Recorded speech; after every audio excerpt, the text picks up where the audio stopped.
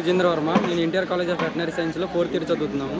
మేము గత 31 రోజులుగా రిలే నిరాహార దీక్ష నిర్వహిస్తున్నాము. ఇవాళ 32వ రోజు.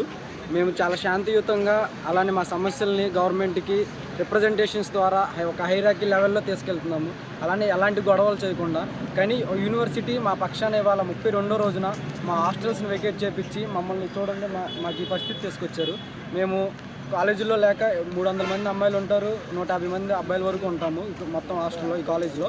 అలాంటిది ఇవాళ మా ప్రొఫెసర్సే మమ్మల్ని బయటికి నెట్టేస్తే మేము ఎక్కడికి వెళ్ళాలనేది మా ప్రశ్న.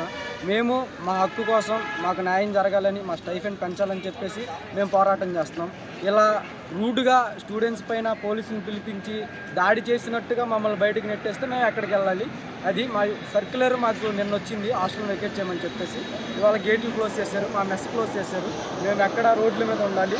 అలా మా ప్రశ్న ఏంటి? మాకు గవర్నమెంట్ నుండి ఎలాంటి స్పందన రాలేదు, పాజిటివ్ రెస్పాన్స్ రాలేదు. 31 రోజు, ఇది ఇవాళ 32వ రోజు. మేము చేస్తున్నది చాలా న్యాయమైన పోరాటం. గత 13 సంవత్సరాలుగా మాకు స్టైఫండ్ హైక్ లేదు.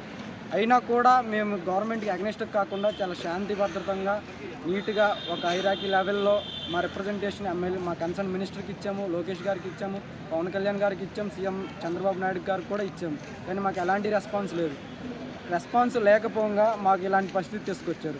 ఇది సర్క్యులర్ వెనక్కి తీసుకొని విరమించి మా స్ట్రైక్ మాకు న్యాయం జరిగేంత వరకు మేము పోరాడతాం. లేకపోతే మరింత ఉధృతం చేస్తామని హెచ్చరిస్తాం.